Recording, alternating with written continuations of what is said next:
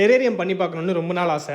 ஒரு வழியாக இன்னைக்கு பண்ணிட்டேன். அதை எப்படி பண்ணன்றத ஸ்டெப் பை ஸ்டெப்பாக இந்த வீடியோவில் பார்க்கலாம். சும்மா கொஞ்சம் மண் எடுத்து ஜாடிக்குள்ளே போட்டு செடி நட்டி வச்சாலே டெரேரியம் ஆயிரும் நினச்சதெல்லாம் ஒரு காலம். ஆனால் அது அவ்வளோ சிம்பிள் இல்லை.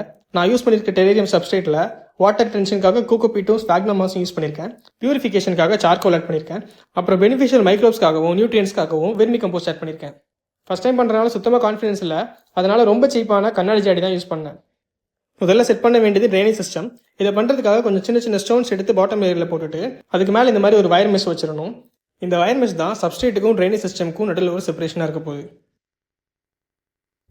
சப்ஸ்ட்ரேட்டோட சர்ஃபேஸை ஃப்ளாட்டாக வைக்காம ஸ்லோப்பாக வைக்கணுன்றது தான் பிளான். இதுக்கப்புறமா ரோட் சைட்லேருந்து எடுத்து இந்த சின்ன பீஸ் ஆஃப் மரக்கட்டையை வெந்நில கொதிக்க வச்சு ஸ்டெரிலைஸ் பண்ணி எடுத்துக்கிட்டேன். இந்த மரத்தோட சென்டரில் வச்சுக்கிட்டு இதை சுற்றி தான் மாஸும் லைவ் பிளான்ஸும் வைக்க போகிறேன். ஜாடிக்குள்ள பிளான்ஸை கஷ்டப்படாமல் வைக்கிறதுக்கு டாங்ஸ் இருந்தால் கொஞ்சம் ஈஸியாக இருக்கும். நிறைய தீம்ஸ் அண்ட் நிறைய ஐடியாஸோட டெரேரியம் செட் பண்ணலாம். ஆனால் ஃபர்ஸ்ட் டைம்ன்றனால ரொம்ப சிம்பிளாக தான் பண்ண போகிறேன். ஃப்ளோர் ஃபுல்லாக மாசால கவர் பண்ணிட்டு நடுவில் 2 பிளான்ட் எக்ஸ்ட்ரா ஆட் பண்ண போகிறேன். சென்டரில் இருக்கிறது செலாஜினலா ஜீனஸ்ல இருக்கிற ஒரு பிளான்ட்டோட கட்டிங். இந்த பிளான்ட்டை வெஸ்டர்ன் காட்ஸ்ல இருக்கிற ஹில் ஸ்டேஷனில் ரொம்ப சாதாரணமாக பார்க்கலாம். அதுக்கப்புறம் ஃபிட்டோனியா.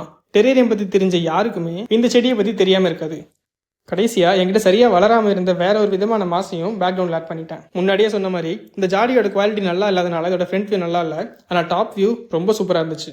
இப்போ இருக்கிற மாதிரியே பச்சை பசைன்னு இன்னும் 1 வாரம் கழிச்சு இருந்துச்சுன்னா இந்த மிஷனில் நம்ம பாஸ் ஆகிட்டோம்னு அர்த்தம். பார்க்கலாம் என்ன நடக்குதுன்னு.